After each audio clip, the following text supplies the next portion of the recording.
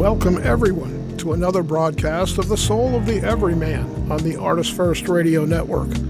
All past broadcasts are podcasts. Find them at artistfirst.com. We welcome your questions and comments. Please use DJ at artistfirst.com. And now here they are, Michael and Margaret Lyons. Thank you very much, Z-Man. And actually tonight I am Michael Lyons, but we have others. Right. And I'm Margaret. And tonight... sorry. Yeah, go ahead. I'm Kalen Lyons, and I'm here as a, person to bounce things off of and a learner. and someone who understands our topic well.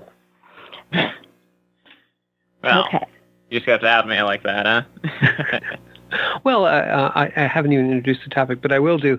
But tonight we are going to talk on the Soul of EveryMan about a quote from one of my favorite authors, Aldous Huxley, who wrote A Brave New World, among other things. And he could probably be characterized as a bit of a misanthrope.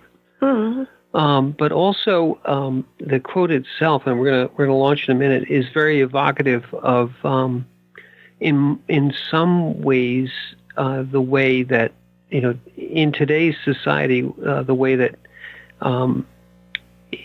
that those who don't quite fit in are treated, and the reaction there of those people to that sort of societal disapproval, if you will. But would either one of you or both of you like to read the quote? Beg your pardon. Okay. You want to take a stab at it, Kay? Sure. So the one in the Aldous Huxley one? Yes.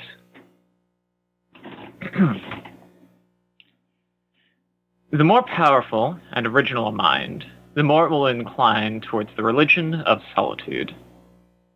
Mm-hmm. Aldous Huxley.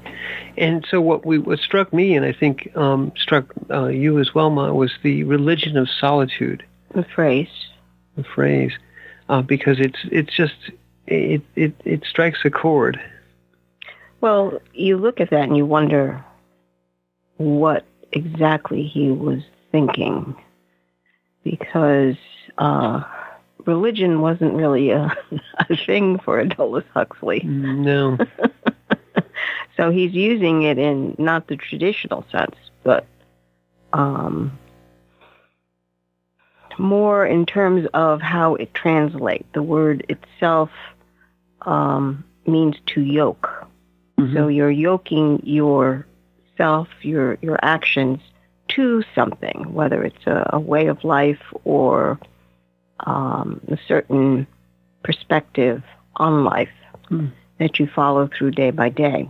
Yeah, and wouldn't you also say that it's sort of a discipline? Oh, absolutely. Absolutely. When you're yoking, if you're yoked to something, it means you have constraints on you and you're walking a certain path. I mean, it's the best way to put it. And you're also pulling it along. Yes. Yes. You are pulling. You're pulling something. Classical yoke. Mm-hmm. Classical yoke. Now, so go ahead. The reason I was actually interested in this quote is because I'm pretty sure I disagree with it. Okay. Good. Oh my goodness. I love it. The way it's phrased, it makes it seem like someone who's creative, someone who's got ideas and original ideas about how things should be done. The idea that that's benefited by or is achieved through solitude, I disagree with. I think that an original mind, it needs input from outside sources to continue to be original, so it does not become stale. And for these original thoughts to mean something, they need to be put out into the world to other people. I like that. I like that interpretation, although I would say that the original mind, not being too self-referential, which is what you're saying, the stillness, in essence, an original mind in isolation can't be said to be original. You don't know in comparison to what. But I took it differently, if I might say. And I thought the religion of solitude here was the refuge from perhaps the way the world reacts to the original and powerful mind. But I like your interpretation. Expound. And how about you, Ma? What was your take on the religion of solitude bit? Well, I agree with Kay that if you're isolated as a mind, you're always original. There's nothing to prove to anybody. It's just you.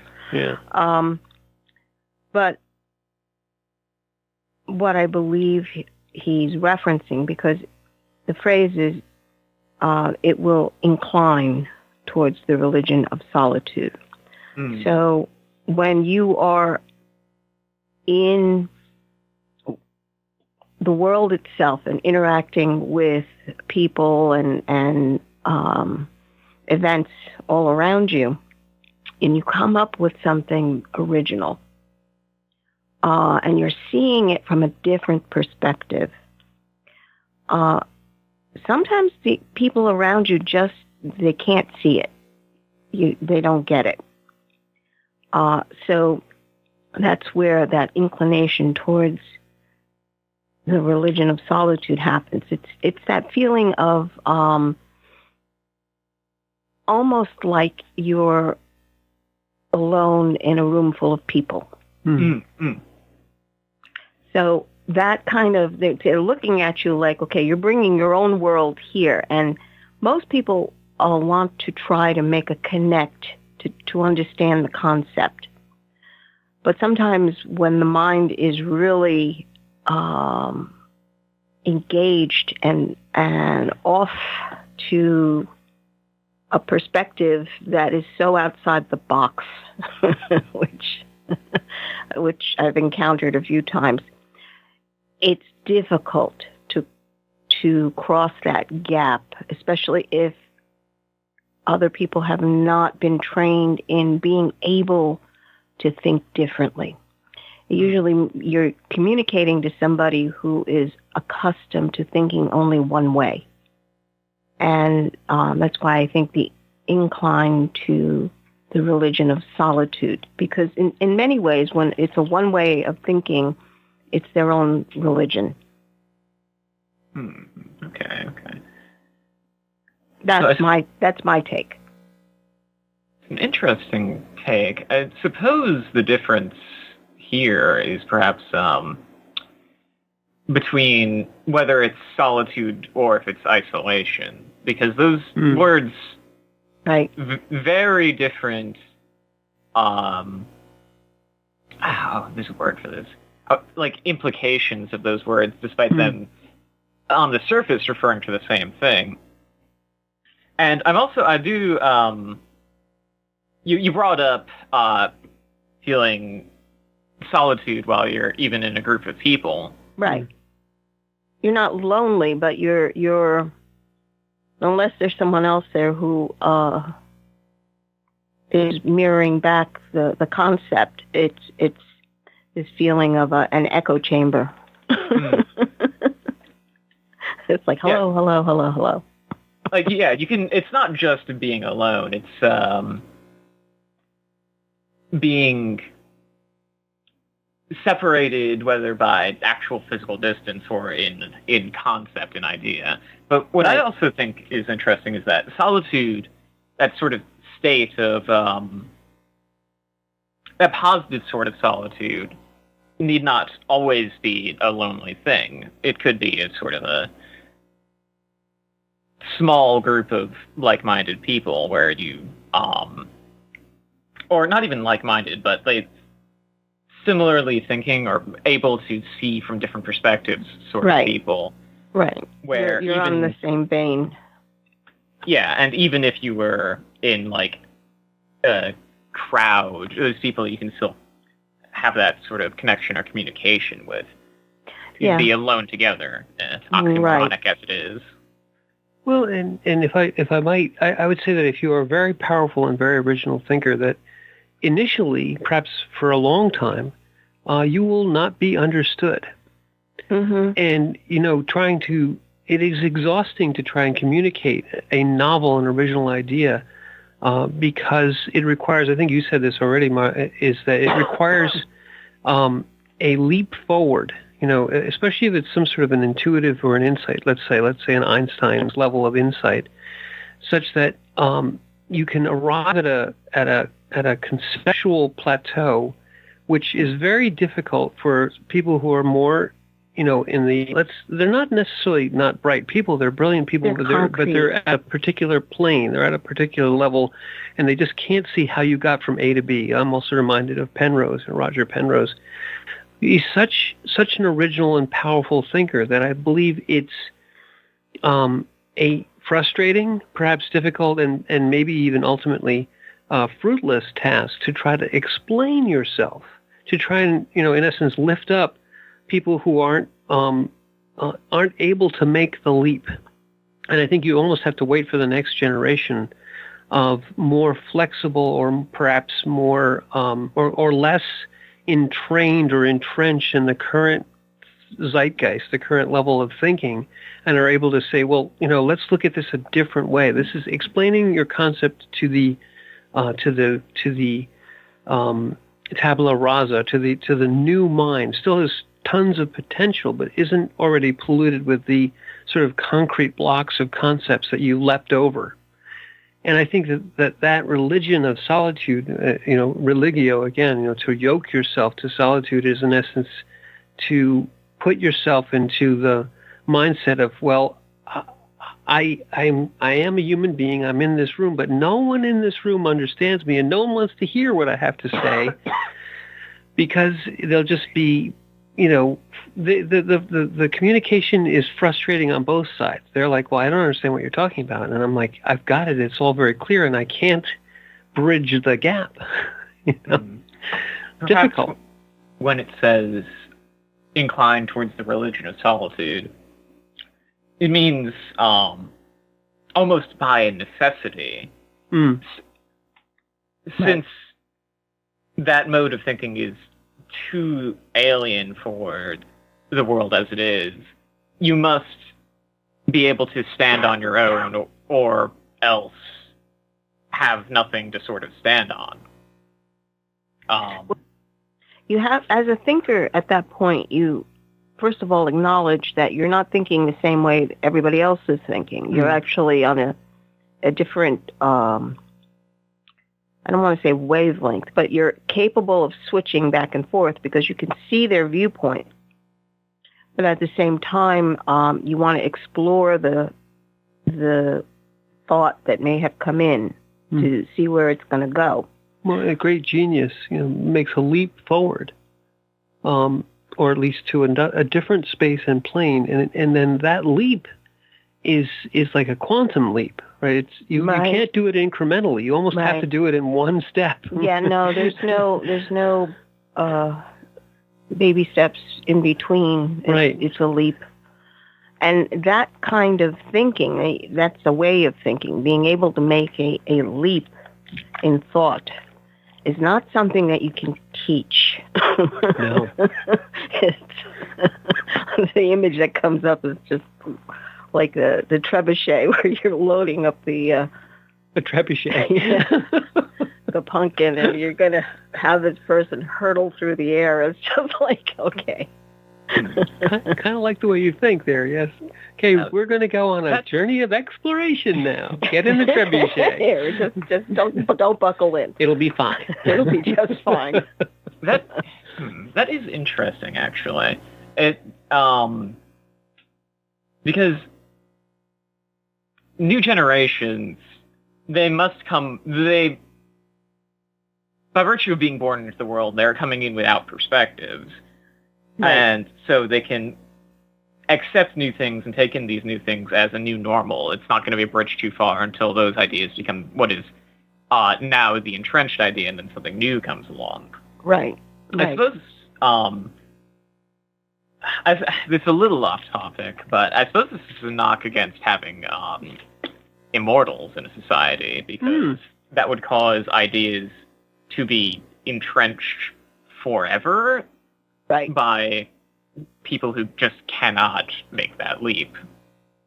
Yeah, that's a really, I don't think that's off topic at all. I think that mortality is in essence one of the true drivers of genius, or the true drivers of thought, because innovation, I should say, because again,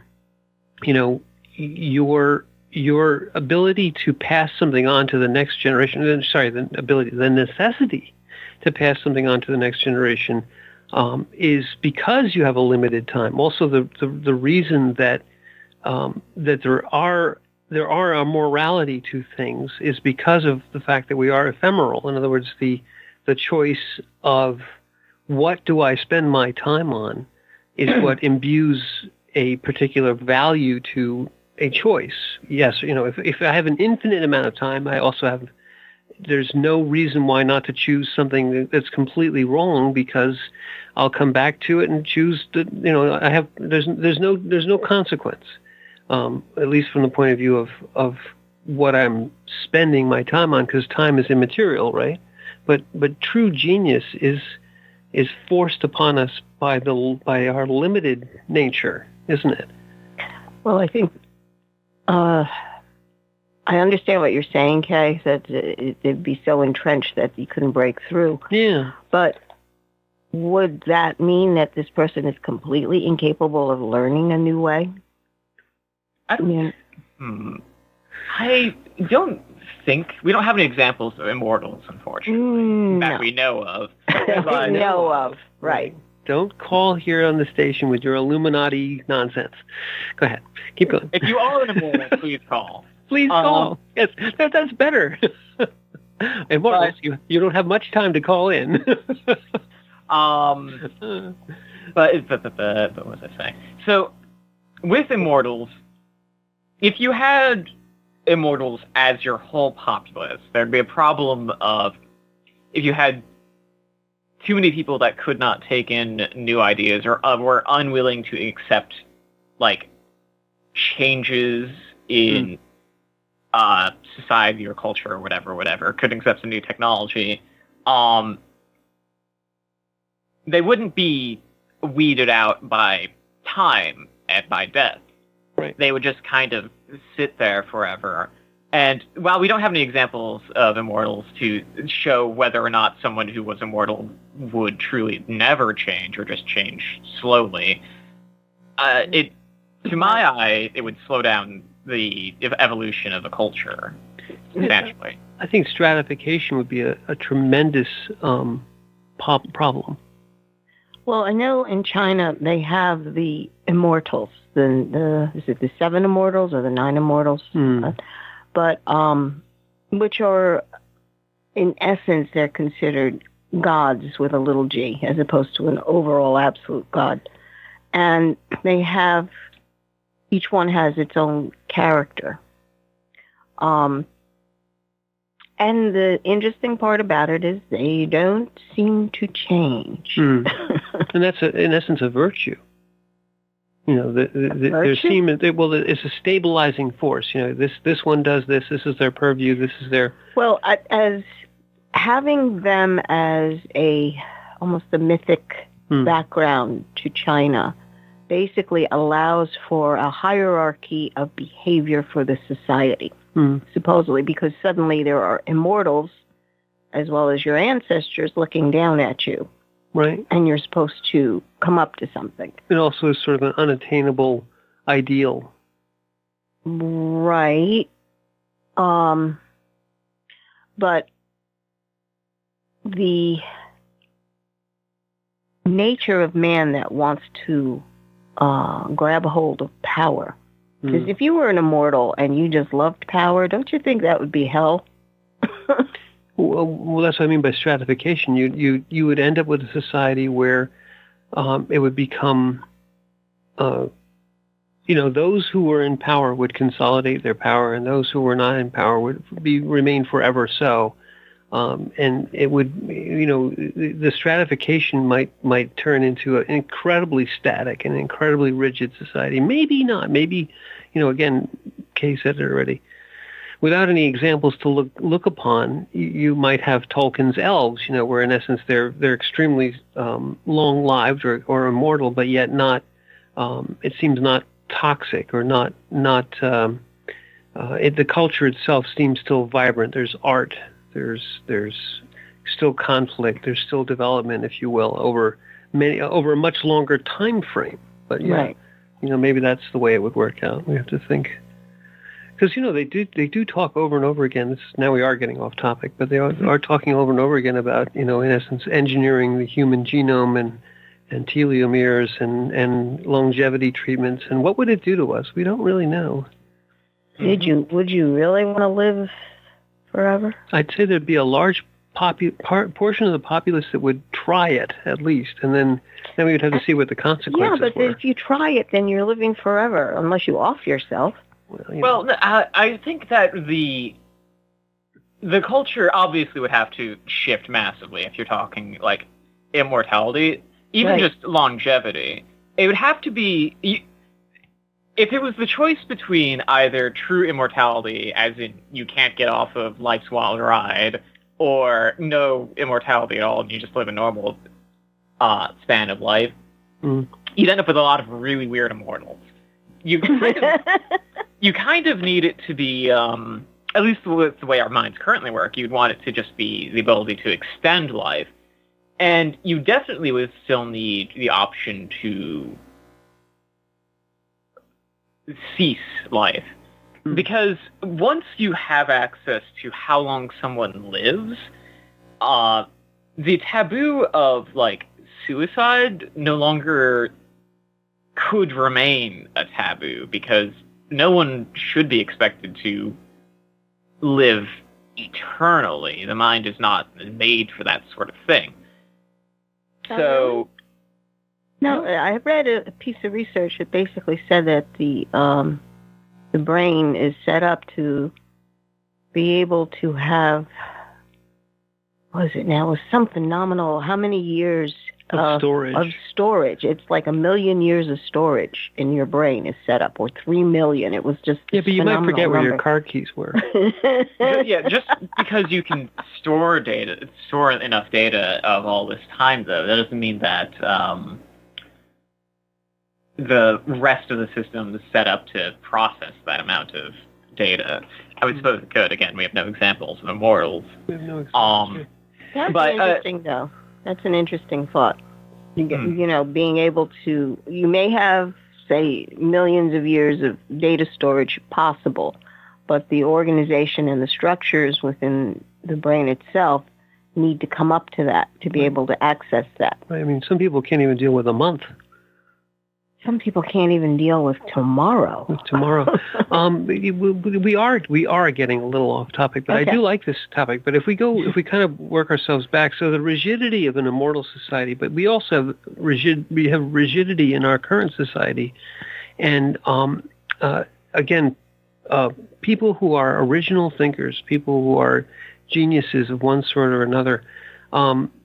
We all know of examples where those folks have been shunned, ostracized, or put themselves into a situation where they are it's almost painful for them to interact with society, so they draw back. They go into hermitages, or they go into reclusive kind of living arrangements. A good example of the former would be like Galileo. Okay, he was bringing up an original and in fact a very powerful insight, a correct insight about the nature of the solar system and the universe in general, and he was going up against a very rigid society that had a certain stake in the geocentric versus heliocentric model of the world.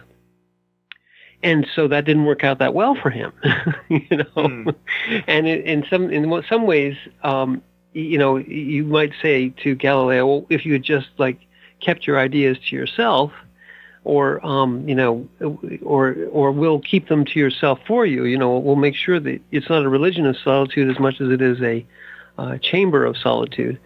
Well, it becomes a chamber, but that's then why have the original idea at that point? Isn't that a good thought? Why? Well, I don't know. Perforce. I don't know if you have a choice. Well, it's interesting because it's sort of almost an evolutionary argument, because if you look, there's cooperators win out over time. So sometimes the thing that's best for a genetic legacy is something that is not personally the best for an individual.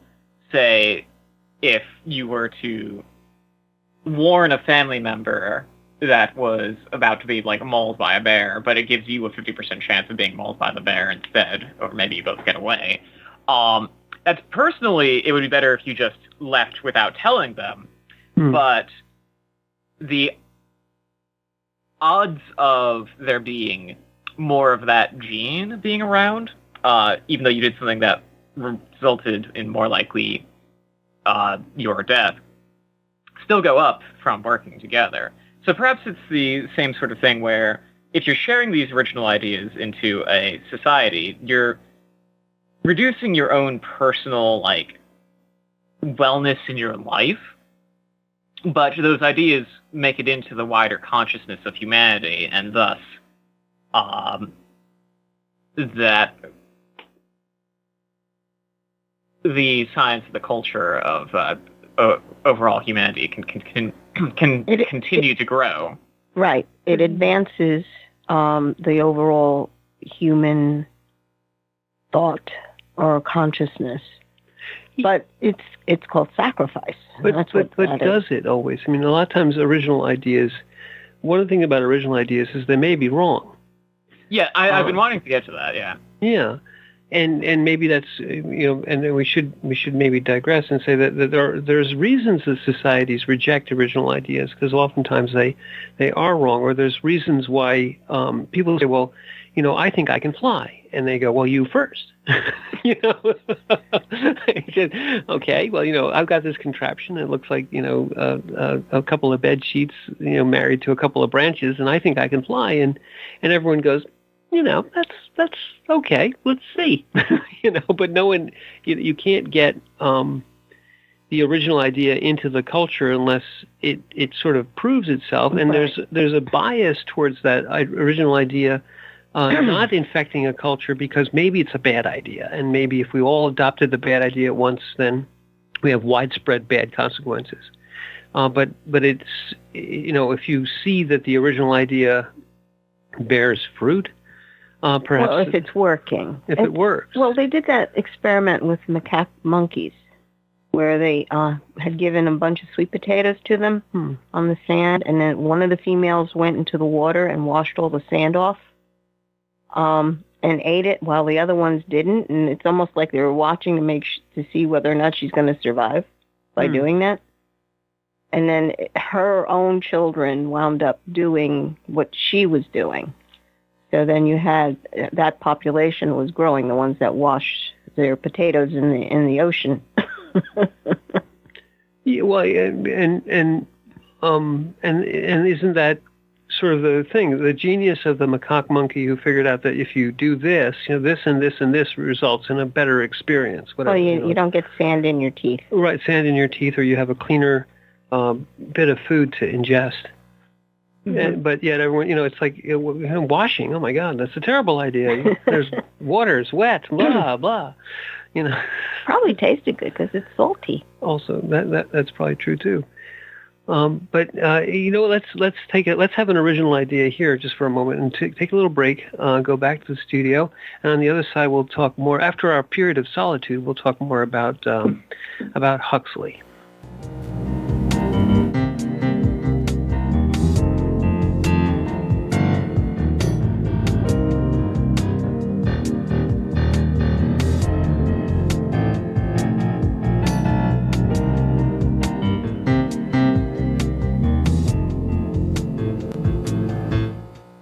Man Gets Out of Bed is the latest book from Michael Lyons, the award-winning author of There is a Reaper.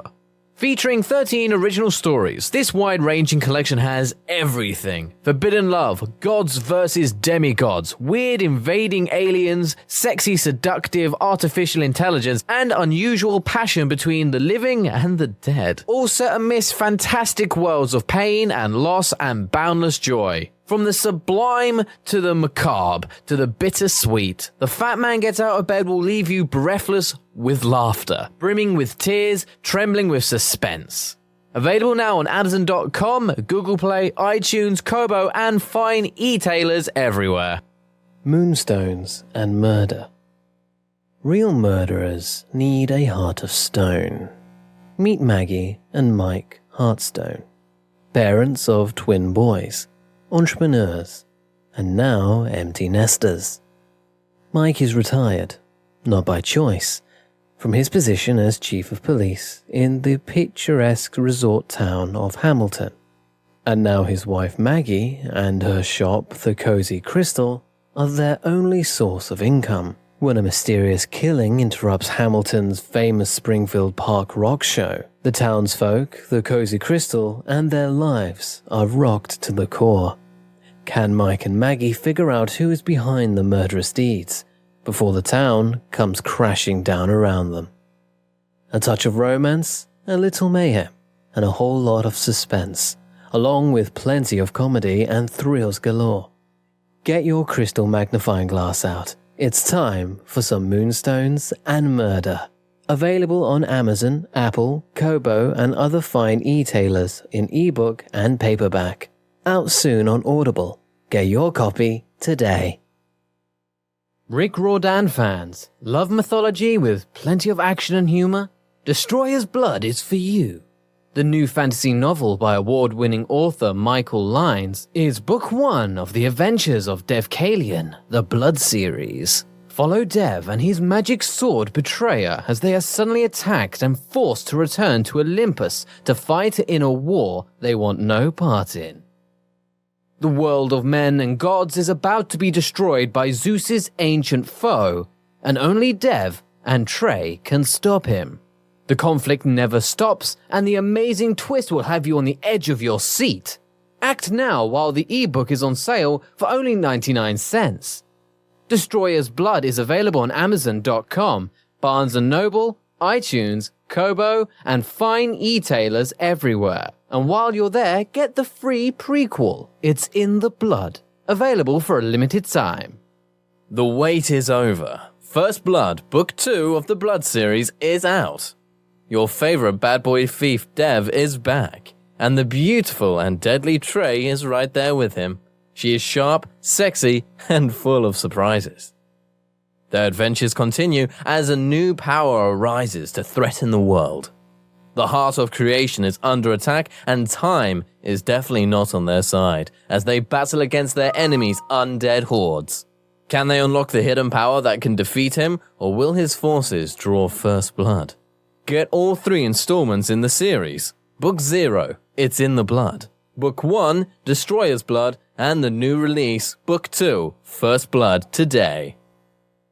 Available in ebook and paperback format on Amazon, Kobo, Apple, and most other fine e-tailers. There is a Reaper is the story of 5-year-old Christopher Aaron and his life-changing struggle with leukemia.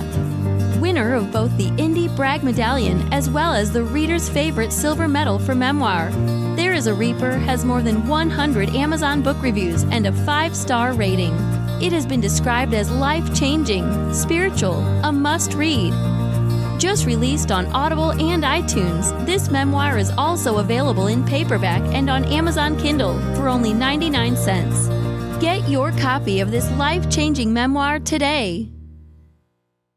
Hi, this is William B. Davis, the actor who plays the Smoking Man, or did play the Smoking Man on The X-Files. I'm also a writer, director, producer, and I am delighted to tell you that you are listening to the ArtistFirst radio network.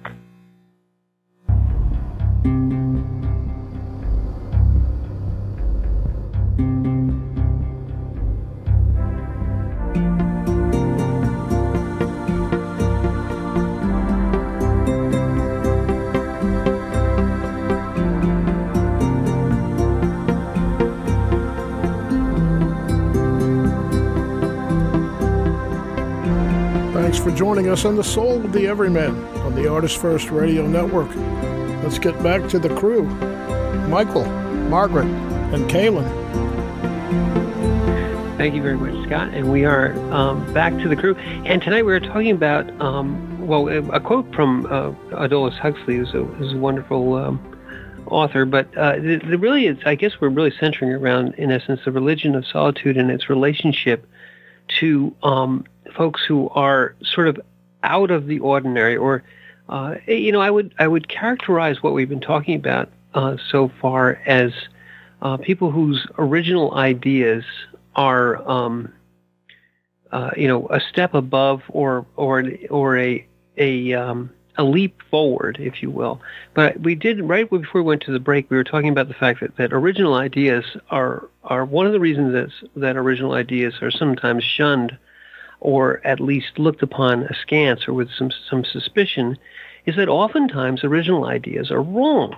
Or they're, as we said during the break, they're incredibly bad versions of sort of a concept that may, with enough effort, enough investment, turn into something which is beautiful and very useful. But so the very first person who decided that they were going to try and bang on this odd-looking rock until it became something sharp and ended up with a dull, odd-looking rock, probably got laughed at, maybe even ostracized, perhaps thrown into a volcano to appease the gods for this idiot. And you have to go through a lot of that, potentially, before you'll get to something which the rest of your tribe says, "Oh man, that's pretty cool. I'd like one of those too." And you say you can't have one. Sorry, but the overall bias of societies or people in general is that when they see something they don't understand, they want to reject it. So that'll never work. This idea of yours is going to kill you. Everyone else, they laugh and they go off and do what is already accepted, already proven. This is how we do it because we've always done it this way, which is that sort of cultural bias. And you being Herbie the elf who wants to be a dentist, you get sent to the island of misfit toys. Or perhaps somebody puts a couple holes in your head to let out the evil spirits, that kind of thing. Yeah, there's a big part of the problem.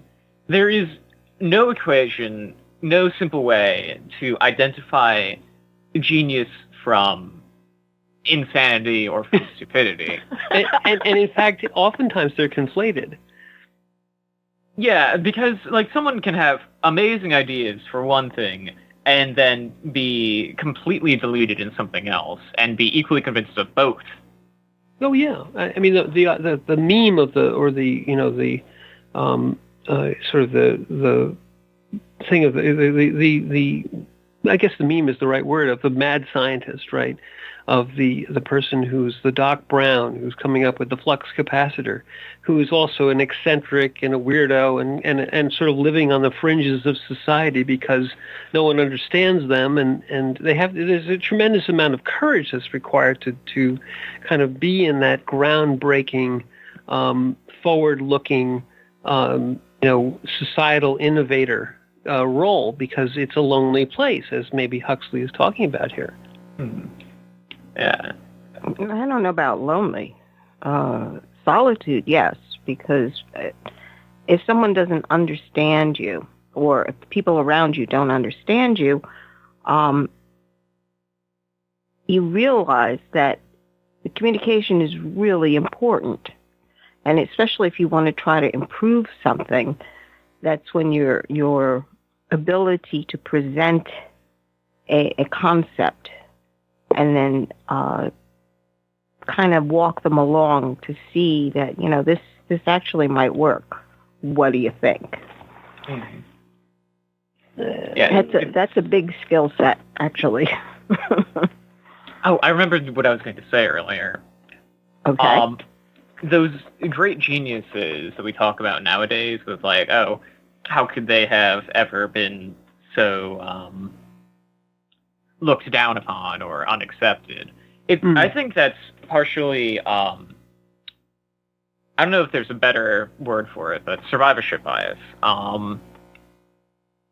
the ones that we remember and laud, those great geniuses of the past, are simply the ones that we've found out through the advancement of technology or society, that their ideas were correct, but like after they were dead.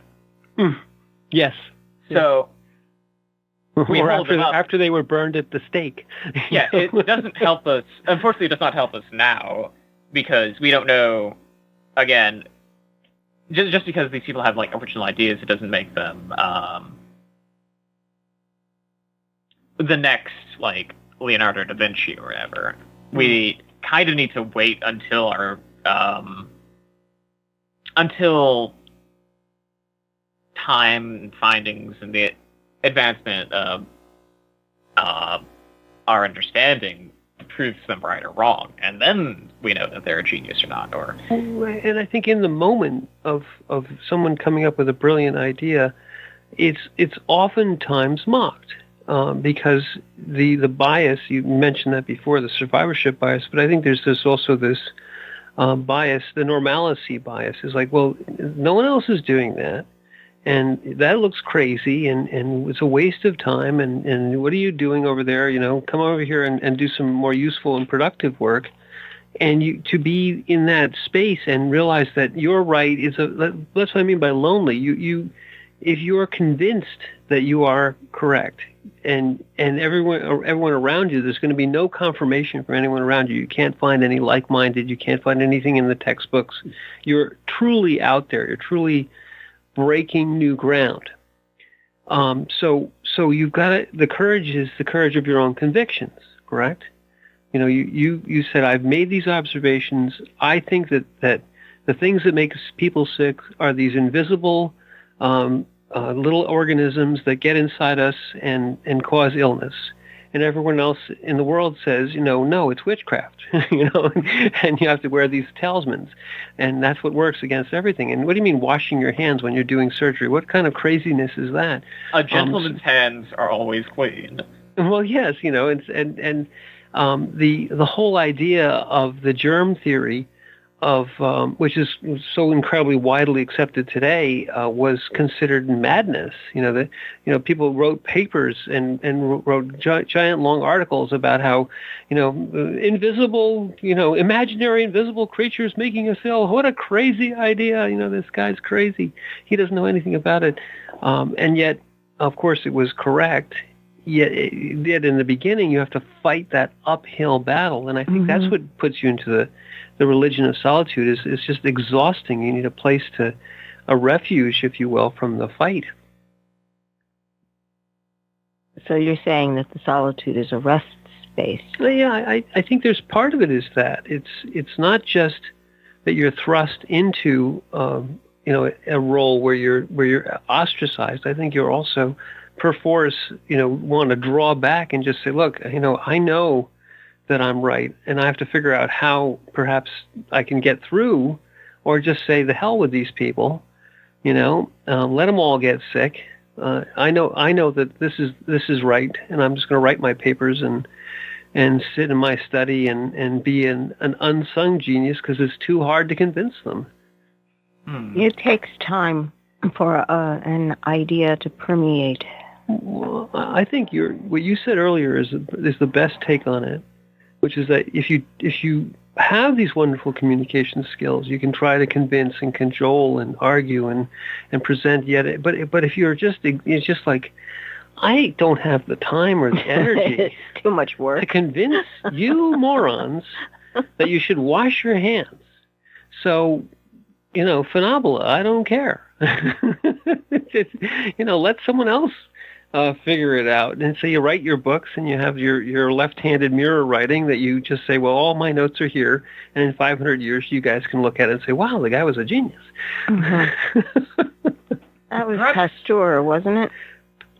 Pasteur, yes. Lister, a few of them, yes. So perhaps it's not our place to worry whether or not, if someone has great original ideas, it's not really our place, their place to worry whether or not they're a crazy person or not. You just have to stand for stand alone for what you believe in, and then eventually, whether or not it's crazy or not, we weed it out by hard evidence over time. Well, I think I think there's an active. It's not just so easy as that. I mean, maybe it can work out that way, but I think people will actively try to convince you that you're wrong. Potentially, like Galileo, lock you up, because you're a dangerous influence in society, corrupting the youth, telling them about germs, or something like that. I mean, that one was that's kind of a feature of like an entrenched system having an interest in that being wrong. Yeah. That sort of leads back to the whole the idea of like an immortal society. Those people weren't immortal, of course, but that that in-group in power had reason to try and shut down other ways of thinking about it that could be true. Right. Well, I mean, it reminds me of that wonderful scene in Monty Python where, it's the it's basically the watery tarts laying about in ponds. There's no basis for a system of government. Well, the whole idea, what makes it funny, besides all the dialogue, of course, is that this guy is arguing for representative government against the entrenched current zeitgeist of the divine right of kings, and the fact that somebody is handed a sword that he pulls out of a stone or from a watery tart or whatever. Yes, the lady of the lake. Arm clad in the fairest Samite. That whole idea of was the current power structure's way of saying that, the divine right of kings, all you had to do was come up with a really convincing story about how your ancestors were better than everybody else, and you had this sword, and that made you king. Well, I'm king, of course. Well, I didn't vote for you. The whole idea of the genius of representative government that was voted in for, and then the power coming from a mandate from the people, it was hilarious. Yeah, it's funny because partially is the what's funny about it is that this filth-covered peasant is both right and has massive foresight. Right. And also, he's a filth-covered peasant. Yeah. So the point being is that his original ideas weren't really benefiting him very much, and in fact, it took tremendous courage. Dennis, there's a fine bit of filth over here. And this whole what makes it hilarious, but yet has this grain of truth, is that in essence, his ideas would become the prevailing way of determining how the society's power is divided, with representative government 500 years in the future. So here he is, a genius, yet he's living the life of a peasant who's, piling up cow manure in a field, And Arthur, who's the beneficiary of this society, basically says, I'll strike you down with my sword if you keep annoying me, kind of thing, I'm being oppressed. Help! I'm being oppressed. Exactly. But that's the whole thing of the entrenched society, and not an immortal society, but the fact that there's a vested interest in somebody's political genius, in this case, not getting spread around.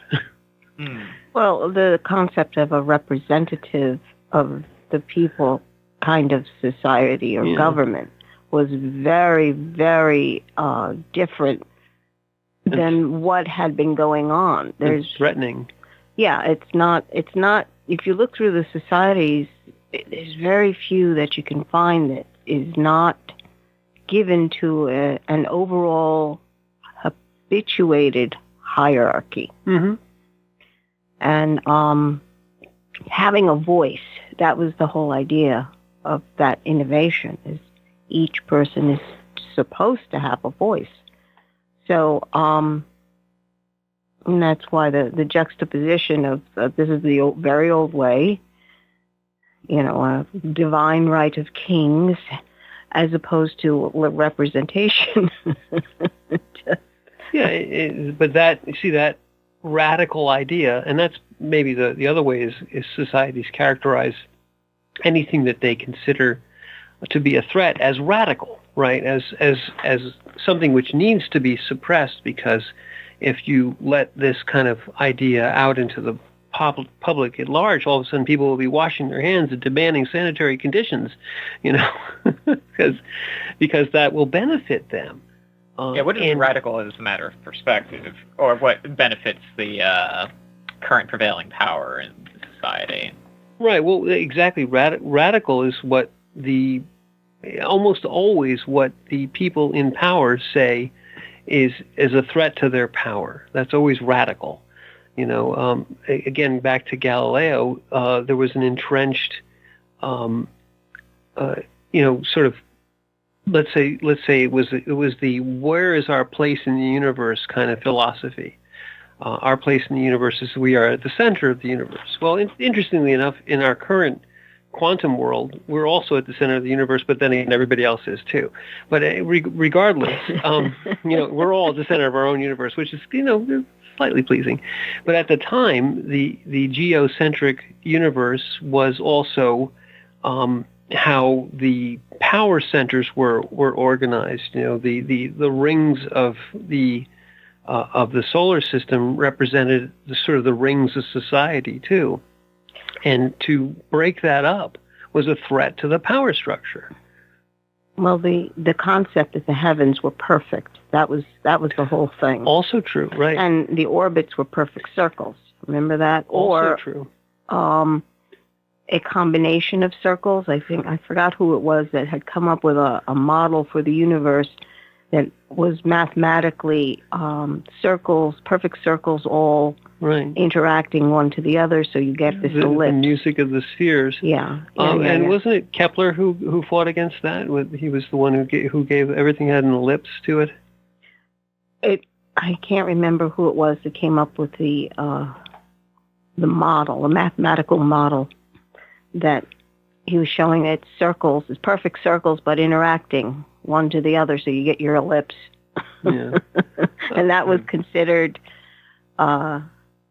almost blasphemy, because the heavens are perfect. Right, and the whole concept of the firmament. I mean, even to this day, interestingly enough, there are not radicals, but there are original thinkers who think the Earth is flat. It's come around again. And the Flat Earth Society and others like them are still allowed, or not allowed, but they can prosecute these ideas, and I think they're entitled to their opinion, however wrong it may be. But the only thing and we're really off topic here, but the flat Earth idea, I always think of the two-dimensional world of Flatland. Flatland, yes, because if you get in Flatland as a projection, maybe that's the best way to put it. In other words, the three-dimensional, if you take a slice of it, that's flat. And I think that's how they're looking at things. This is just a slice of reality, and you want to put your boundaries down to this one slice of flat. Well, Go ahead. Sorry.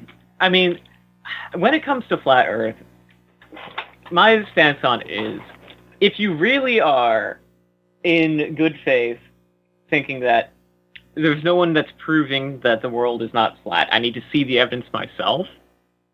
Like, the only flat Earth theory, or whatever, I don't even know what you'd call it, people that I would, have respect for are those that stick to that, look for evidence, and, there's been examples of flat Earth people proving themselves wrong and then accepting that. And if you're really doing this out of the spirit of scientific inquiry and not accepting things just because you've been told them, I can respect that. It's the people that see evidence and then say, well, no, because I don't like that being the case. That's what I have a problem with.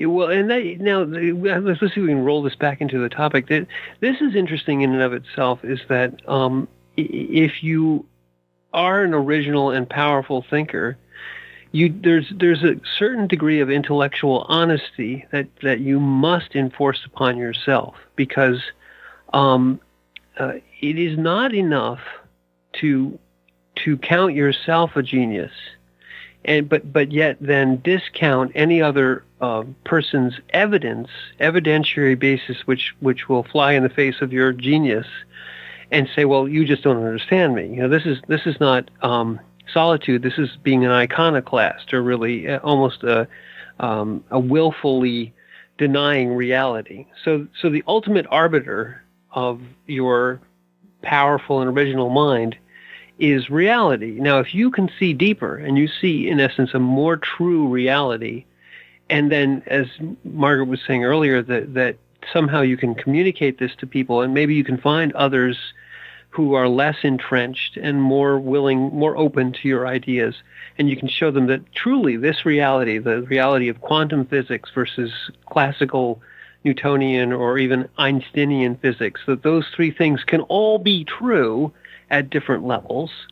But if you're doing what you just said, Kay, which is where, in essence, you're not intellectually honest even with yourself, and you say, now it's become a belief system, not an original and powerful idea that's coming from your mind that you maybe have to keep in solitude because no one else can understand you.